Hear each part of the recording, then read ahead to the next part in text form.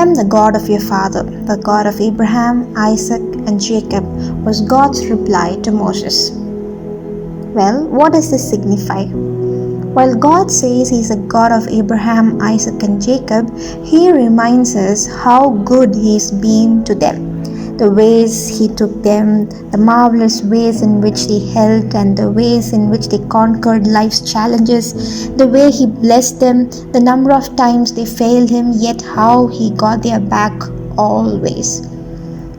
He also reminds us the mistakes they did, but how God turned them into good. And most of all, God reminds us of the covenant that He made with them. Although the men with whom He had made the promise with were long gone and dead, but God makes sure that He keeps His promises. The promises we make with human beings may be forgotten. Maybe if you take a look, those promises were made out of feelings or due to that circumstances of pressure or just for namesake. On the long run, people might forget the person whom they promised to. They will not remember the promise either.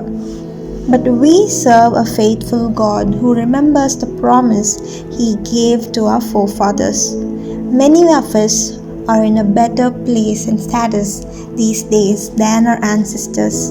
Have you ever thought that that is because of their prayers and the promise God gave to them, and that's because He is faithful? Yes, we serve a faithful God. Let's remember that He is a God of Abraham, Isaac, and Jacob, and He is our God today. He remembers the promises that He gave our ancestors, and He will remember the promise that He gives us, for He is a faithful God.